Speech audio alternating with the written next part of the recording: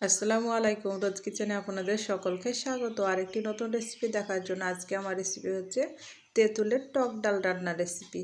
আর তেঁতুলের টক ডাল রান্না তো সকলেই করতে জানেন।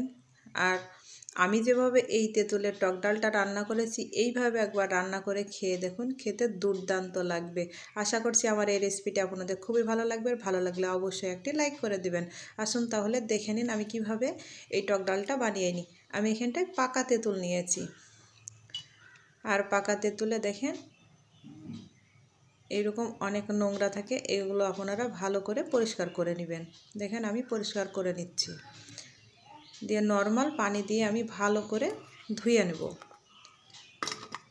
দেখেন তেঁতুলগুলো আমি ভালো করে ধুয়ে নিয়েছি।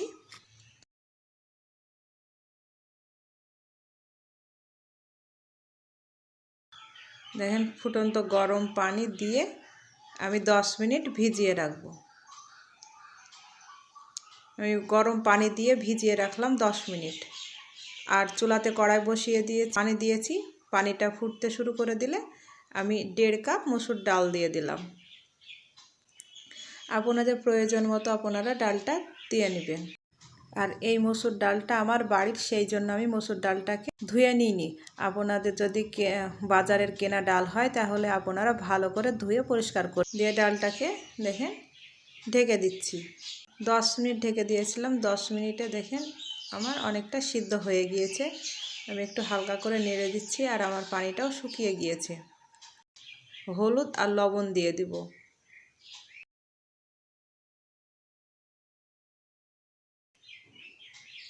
দেখেন চারিপাশটা এইভাবে একটু ভালো করে নামিয়ে দিয়ে দেখেন স্বাদ মতো লবণ আর হলুদ দিয়ে দিলাম। অল্প একটু পানি দিয়ে একটু নাড়া দিয়ে আবারও ঢেকে দিব।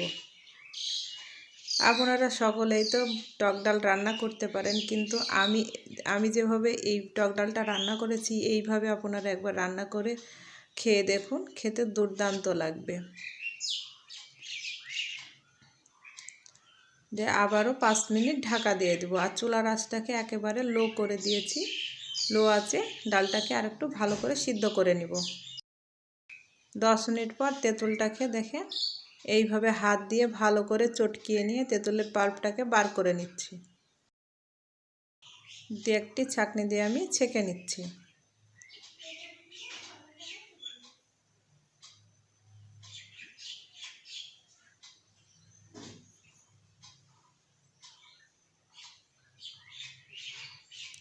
আপনারাও এইভাবে ভালো করে ছেঁকে নেবেন।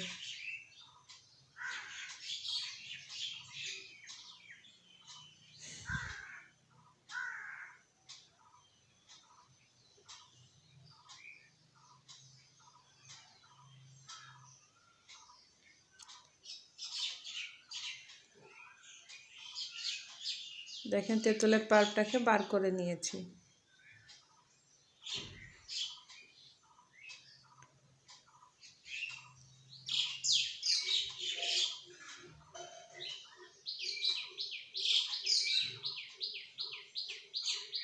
দিয়ে সাইডে রেখে দিলাম। আর ডালটা দেখেন ভালো মতো আমার সিদ্ধ হয়ে গিয়েছে। ডালটাকে আমি এইভাবে ঘুটে নিচ্ছি।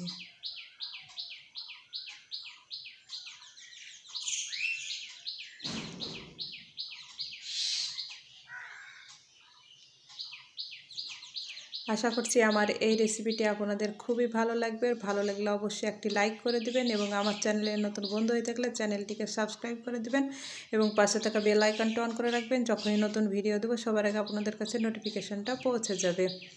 দেখেন আমার গোটা হয়ে গিয়েছে। এই পর্যায়ে তেঁতুলের পাল্পটাকে দিয়ে দিলাম, দিয়ে ভালো করে নেড়ে নিচ্ছি। দিয়ে আরেকটু আমি পানি দিয়ে দিচ্ছি। আর আপনারা ঘন বা পাতলা যেরকম খেতে চান সেই অনুযায়ী আপনারা করে নেবেন। আমি একটু পাতলা করে নিব, সেই জন্য আমি আর একটু বেশি করে পানি দিয়ে দিলাম।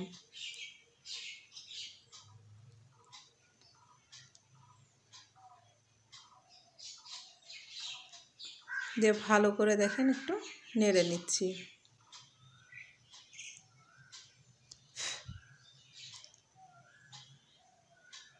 দিয়ে ভালো করে একটু ফুটিয়ে নেব। ভালো মতো আমার ফুটে গিয়েছে, এই পর্যায়ে ঢেলে নিচ্ছি। দেখেন একটা বাটিতে আমি ঢেলে নিয়েছি। আর এখানটায় নিয়েছি থেতো করা রসুন, 2টি শুকনো লঙ্কা, একটি তেজপাত, একটি মিডিয়াম সাইজের পেঁয়াজের আধাখানা পেঁয়াজ কুচি করে নিয়েছি, আর নিয়েছি 5 ফোড়ন। চুলাতে কড়াই বসিয়ে দিয়েছি আর সরিষার তেল দিয়েছি। তেলটা গরম হয়ে গেলে আমি পেঁয়াজ কুচি, থেতো করা রসুন দিয়ে দিলাম, দিয়ে ভেজে নিচ্ছি।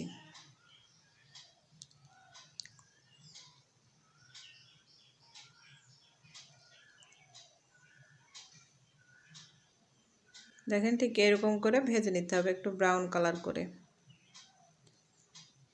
দিয়ে ডালটা দেখেন, তেঁতুলের টক ডালটা আমি অল্প পরিমাণে দিয়ে দিচ্ছি। একটু ভালো করে নাড়াচাড়া করে নিয়ে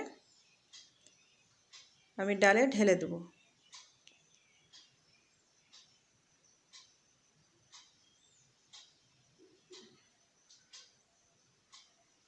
এখানে আমি ডালে ঢেলে নিচ্ছি।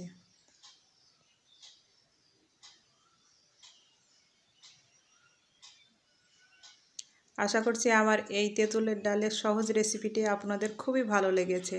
ভালো লাগলে অবশ্যই একটি কমেন্ট করে দিবেন, আর কেমন হয়েছে অবশ্যই জানাবেন। আমার এই পুরো রেসিপিটি দেখার জন্য আপনাকে অসংখ্য ধন্যবাদ। আজ এই পর্যন্ত, আবারও কোনো নতুন রেসিপি নিয়ে আসবো। ভালো থাকবেন, সুস্থ থাকবেন।